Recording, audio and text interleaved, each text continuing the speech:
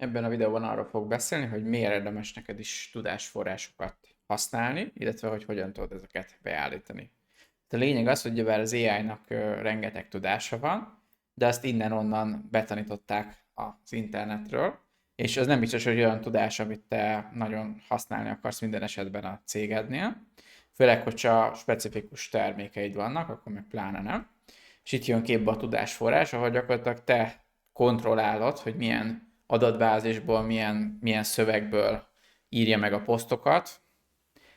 A legegyszerűbb ilyen tudásforrás, ugyebár, hogyha megadod a linkedet, ilyenkor is az van, hogy fölmegy a te mondjuk termék oldaladra, megnézi a termékleírást, és akkor abból fogja elkészíteni a posztszöveget, és ez sokkal-sokkal relevánsabb, mint hogy csak annyit írnál be, hogy nem tudom, jacuzzi, mert akkor lehet, hogy olyan információkat, olyan jellemzőket is berak, amit nem biztos, hogy jellemző arra a termékre, vagy szakmailag nem biztos, hogy olyan, amivel te egyetértesz.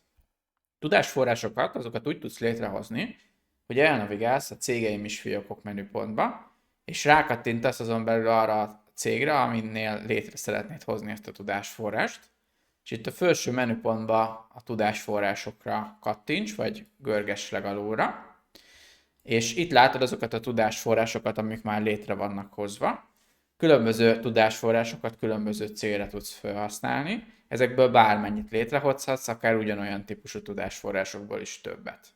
Kezdjük a legalapabbal, ez a fókusz téma, ami a te fiókodban is alapértelmezetten megvan. Ezt én csináltam neked, amikor automatikusan én csináltam, amikor regisztráltál a platformra. Tehát igazából nézzük meg, hogy ez a szöveges fókusz téma, ez mit tud. Tehát ennek az a típusa, hogy fókusz téma.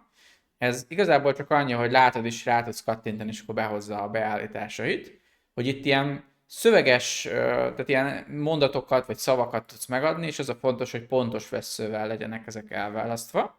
És ilyenkor ez úgy működik, hogy ezek közül a témakörök közül választ mindig az AI egyet véletlenszerűen, és ebből ír utána egy tényleges posztot. Tehát itt meg tudod csinálni, hogy ilyen mondatokba, vagy akár szavakba felsorolsz, nem muszáj ennyit, sokkal több tudásforrást is megadhatsz, és akkor mindig abból változatos posztokat generál az AI, ez azért fontos, mert akkor legalább itt már a témákat, meg nagyjából így a területet lefeded. Ez nyilván nem termékekre van kitalálva, hanem inkább arra, amikor ilyen edukatív típusú posztokat szeretnél. Az összes tartalomnaptárnál igaz az egyébként, hogyha átmegyek a tartalomnaptárba, és rámegyek arra, hogy új poszt, akkor itt a kérés típusnál kell azt választani, hogy tudásforrásból generálás, és utána fogod tudni kiválasztani a fókusz témát, amit korábban létrehoztál, vagy amit most létrehoztál, vagy ami korábban már megvolt.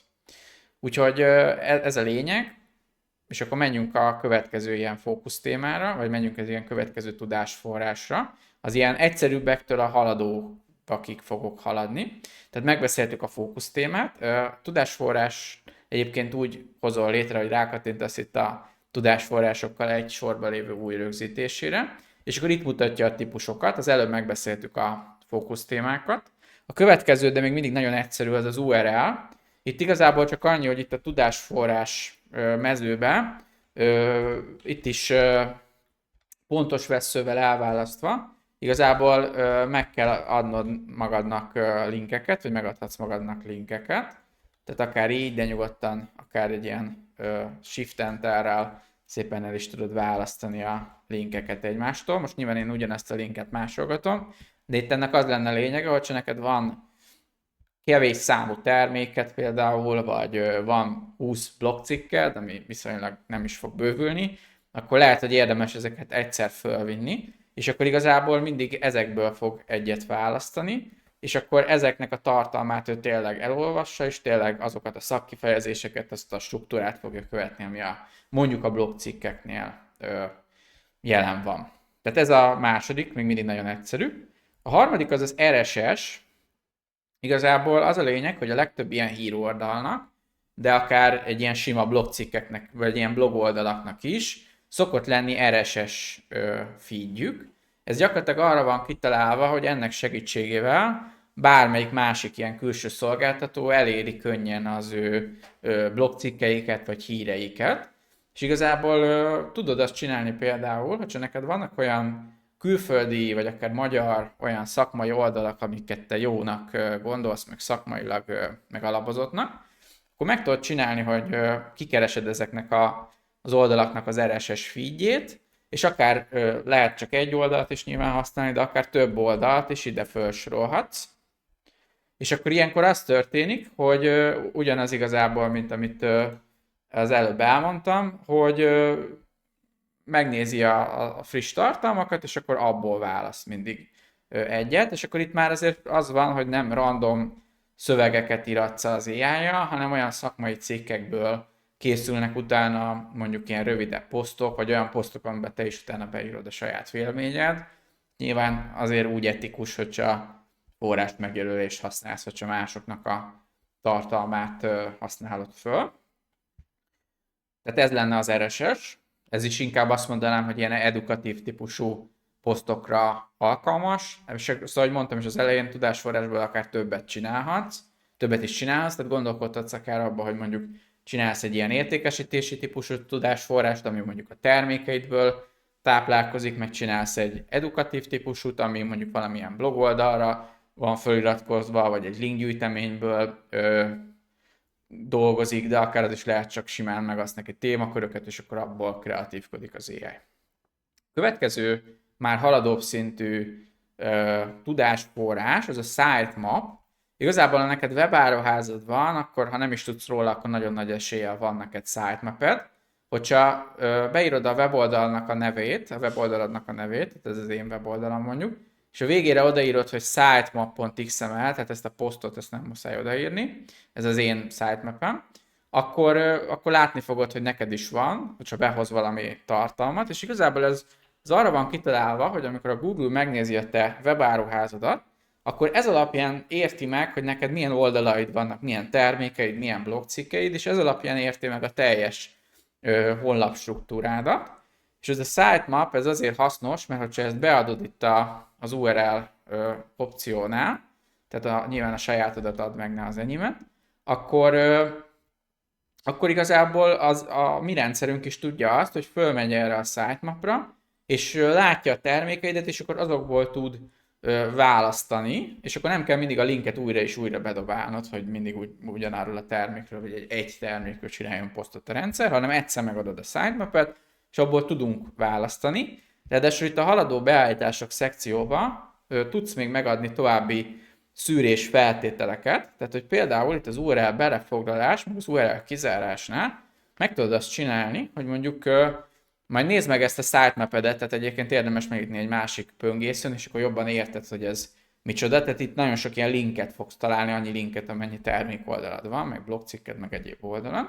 És akkor, ha csak mondjuk valamelyik ilyen linkbe szerepel az a szó, hogy nem tudom, egy terméknek a neve, vagy az, hogy blog, tehát úgy van felépítve a weboldalad, akkor ha ezeket a kulcsszót ide beírod, tehát mondjuk, hogy blog, akkor ő nem az egész összes linkedet fogja visszaadni, hanem csak azokat a linkeket, amiben szerepel a blog kifejezés. De ez lehet mondom egy terméknév, vagy lehet egy olyan kifejezés, ami mondjuk egy szezonra utal, hogyha mázid van és épp szerepel ez nyilván a linkbe, akkor meg tudod ezt tenni, de ugyanúgy ezt fordítottját is, hogy mondjuk beírhatod, hogy azokat, ide mondjuk nem akarod, hogy a blogcikkek bekerüljenek, úgyhogy amiben szerepel az, hogy blog, az a kifejezés, az akkor pedig ki fog kerülni belőle, és akkor így tudsz igazából relevánsabb tudásforrást létrehozni, végül pedig meg tudsz adni egy kezdődátumot, hogyha mondjuk blogcikkekről beszélünk, akkor azoknak van egy publikálási dátuma, de te azt szeretnéd, hogy mondjuk 2026-osok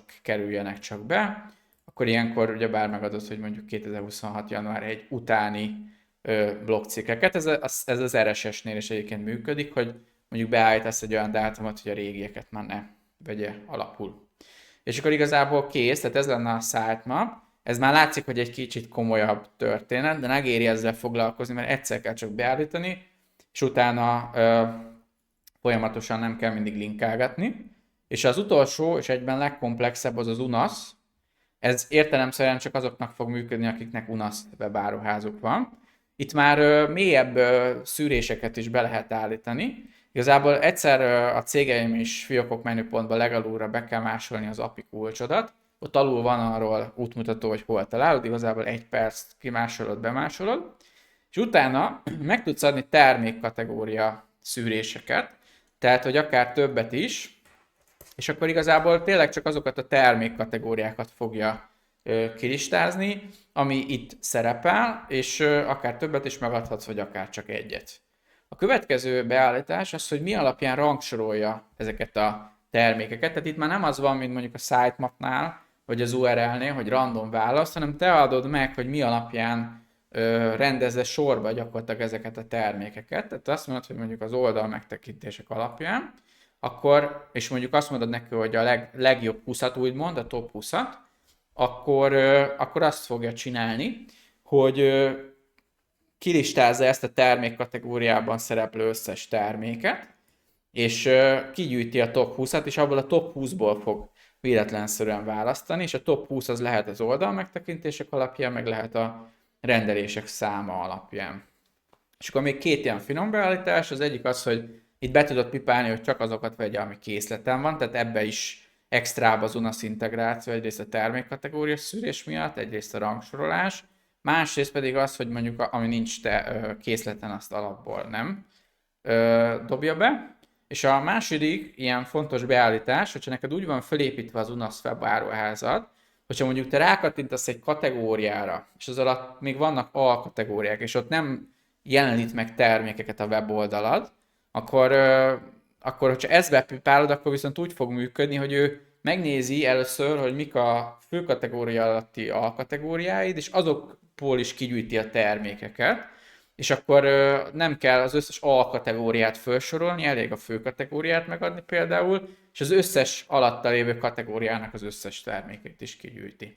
Igazából ennyi, tehát mondjuk itt az UNAS-nál maradva, akkor beállítod, amit szeretnél, megadod, hogy mennyi termékből válogasson, milyen szempontok mentén, és akkor itt igazából csak annyi a fontos, hogy meg kell adni, hogy melyik cégedre készíted ezt, és adj neki egy belső megnevezést, ez csak annyi, hogy amikor generálod a posztot, akkor tud, hogy mit választasz ki, tehát mondjuk mit tudom én, ad neki egy olyan nevet, hogy UNAS Top 20, megtekintés, és akkor kész igazából létrehozod, és akkor onnantól kezdve működik, és hogyha átmegyek a tartalomnaptárba, rámegyek arra, hogy új poszt, kiválasztom a fiókot, akkor itt a kéréstípusnál, ha a tudásforrás van megadva, akkor az UNAS Top 20 is megjelenik.